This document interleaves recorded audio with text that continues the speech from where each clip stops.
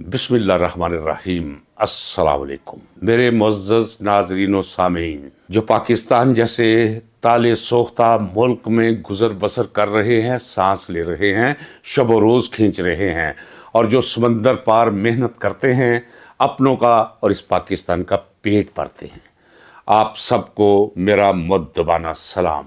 मेरी पाकिस्तान के सरजमीन से ये आखिरी वीडियो है। ये आखिरी वीडियो क्यों है ये मैं आगे चलकर आपको बताता हूं। इतनी ये जमीन तंग हो चुकी है कि जो शख्स सच अपनी नोके जुबान पर लाएगा, इन्होंने फैसला किया है कि वो जुबान काट ली जाएगी। जो सर उठाएगा वो सर कलम कर दिया जाएगा।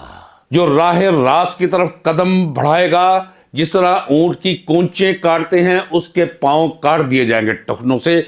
ये इरादे किए बैठे हैं आपके अहले हकम, अहले हशम और आपके नाजायज हुक्मरान।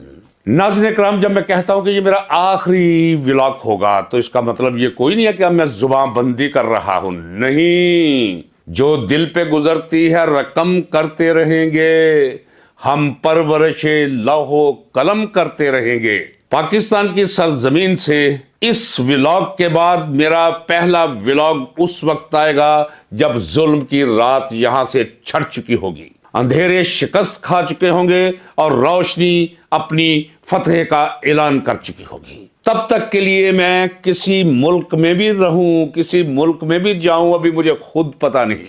ये वीडियो मैं रिकॉर्ड करवा रहा हूं, हो सकता है कि इस मुल्क की सरहदों से पार जाने की कोशिश में मैं कहीं और पहुंचा दिया जाऊं, तो फिर तो ये वीडियो नहीं लगेगी। और अगर मैं कहीं पहुंच जाता हूं तो फिर ये वीडियो मैं ऑन एयर कर दूंगा, ये हो जाएगी, ये मेरे पास महफूज है। ये जाते ही अब सारी दुनिया अब ये गूगल पर है, अब ये इंटरनेट पर है, कहीं आपका और मेरा राब्ता नहीं कटेगा। ये मेरा आपसे वादा रहा। और आपके जहन में एक सवाल उठ रहा होगा कि ये मैं मुल्क छोड़ के क्यों जा रहा हूं। मैं आपको उस अल्लाह को गवाह करके कहता हूं जिसका इरशाद है, नहनु अक़रबु इलैहि मिन हब्लिल वरीद। है इंसान, हम तेरी रगे दिल से भी करीब बैठे हैं। जो कुछ तू सोचता है हम वो भी जानते हैं, कहना तो बहुत दूर की बात। मुझे हुक्म सादर हुआ कि अपनी जुबान बंद कर लो, व्लॉग छोड़ दो, नहीं तो तुम्हारे लिए जेल और 10 साल का कोटा। उस दिन जब मुझे ये पैगाम मिला, व्लॉग कर रहा था, दरमियान में मुझे पैगाम मिला, एक मैसेज आ रहा था। मैसेज नहीं पढ़ता था तो बेल शुरू हो जाती थी। हिकमत मोमन का जेवर है। मैंने माहौल को असेस कर लिया। मुझे जिस तरह किसी हसास कुव्वते शामा के मालिक को चौथे कमरे में बैठे हुए कहीं कुछ जलने की बू आ जाती है, मुझे वो बू महसूस हुई। मैंने कहा कि ठीक, मुझे किसी ने बताया कि सूरत हाल ये है, अब ये होने जा रहा है। कब? 8 फरवरी के बाद अमेरिका, इजराइल और पाकिस्तानी, अफसोस से कहना पड़ता है फौज नहीं, मैं जाती दफा ये कहता चला जाऊं, I love my army man. ये मैं जो कह रहा हूं मैं अपने दिल की गहराइयों से कह रहा हूं, क्योंकि वो उतने ही मजलूम हैं, उतने ही दिल गिरफ्ता हैं, उतने ही वो मायूस हैं अपने इंस्टीट्यूशन से जितने आप और मैं मायूस हो चुका हूं सिर्फ चंद जनरल्स की हवसे इक्तदार की वजह से। मुझे पैगाम दिया गया कि बस बहुत हो चुकी। ये मैं आपको बताता चले जाऊं, नाज़रीन इकराम, मैंने एक जिंदगी गुजारी हुई है। मेरी फाइल, आज मैं आपको वो राज मुनकशिफ करता हूं आप पर। मेरी फाइल 1973 से शुरू हुई, जो आज के दिन तक मुसलसल चलती चली आ रही है। जो खुफिया एजेंसियों के पास है वो इतनी सी। मैंने कभी ना अपनी कौम को धोखा दिया है और अपने ना नजरिए से मैंने मफर इख्तियार किया है। मैंने जो हक समझा है वही कहता रहा हूं, और जब हक ने अपने आप को बातिल साबित किया है तो मैं उस पर पत्थर बनकर बरसा हूं। ये मेरी पूरी तारीख रही है। लिहाजा वो लोग जो FA करने के बाद फौज में भर्ती होने के लिए, अफसर बनने के लिए अभी फॉर्म फिल कर रहे थे, उस वक्त मैं पाकिस्तान की खातर, पाकिस्तान के आइन की खातर, शहरी आजादियों की खातर, जमहूरियत के हुस्न और उसके इश्क में मुल्क भर की जेलों में फुटबॉल की तरह कभी इधर कभी उधर फेंका चला जा रहा था। तो नाज़रीन इकराम, इनमें भी वो लोग मौजूद हैं जिनके अंदर भी माजी का एहतराम है। जो माजी का एहतराम करते थे उन्होंने हाथ खड़े कर दिए, कहा जी अब बात हमारे बस में नहीं रही, व्लॉग्स बंद करना होंगे। अब 3 सूरतें थी, या तो मैं व्लॉग बंद कर देता, खाता पीता ऐशो इशरत करता, चलता फिरता और जिंदगी गुजारता और कुछ न कहता।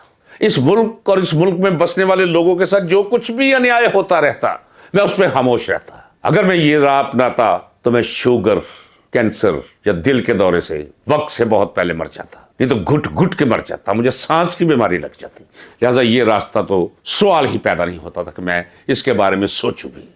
दूसरा रास्ता मेरे लिए ये था कि बस ठीक है भाई, चलो मुझे जेल में भेज दो। जैसे मैं पहले कहा करता था कि किले बजिया चोरा खड़े इको, जब ठीक है भेज दो, जा पढ़ूंगा, नहीं पढ़ने दोगे तो सोचूंगा।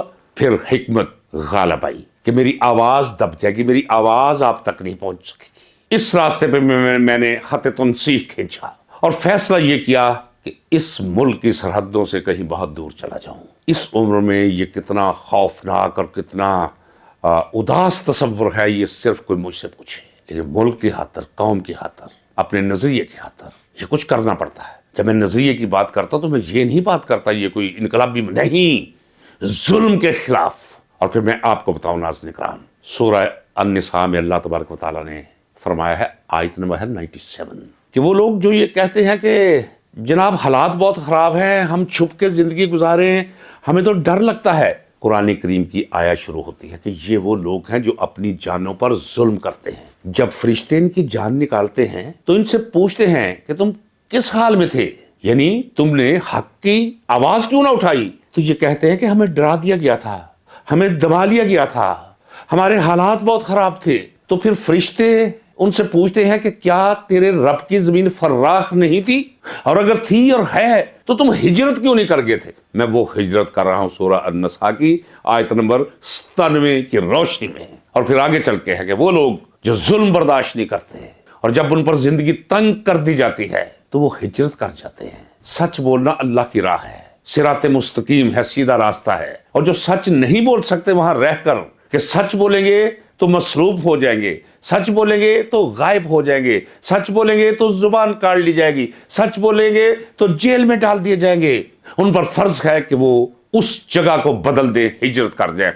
और जो हिजरत करते हैं, गौर कीजिए, वो अल्लाह के पसंदीदा लोग होते हैं। अल्लाह उन्हें बेहतरीन रिज़्क अता करता है। रिज़्क से मुराद ये नहीं कोई मुर्गी और चावल और आटा नहीं, रूहानी ग़िज़ा और रूहानी मेहरबानियां, जिसमें इज्जत, जिसमें नामवरी, जिसमें लोगों की मोहब्बत, जिसमें अंदर का सुकून, ये सब चीजें मुयस्सर आ जाती हैं। अल्लाह तबारक व तआला का ये वादा है। और अगर मैं मुहाजिरत और हिजरत कर जाने पे अल्लाह के अहकामात अभी सुनाना शुरू कर दूं तो ये घंटों पे तवील हो जाएगा।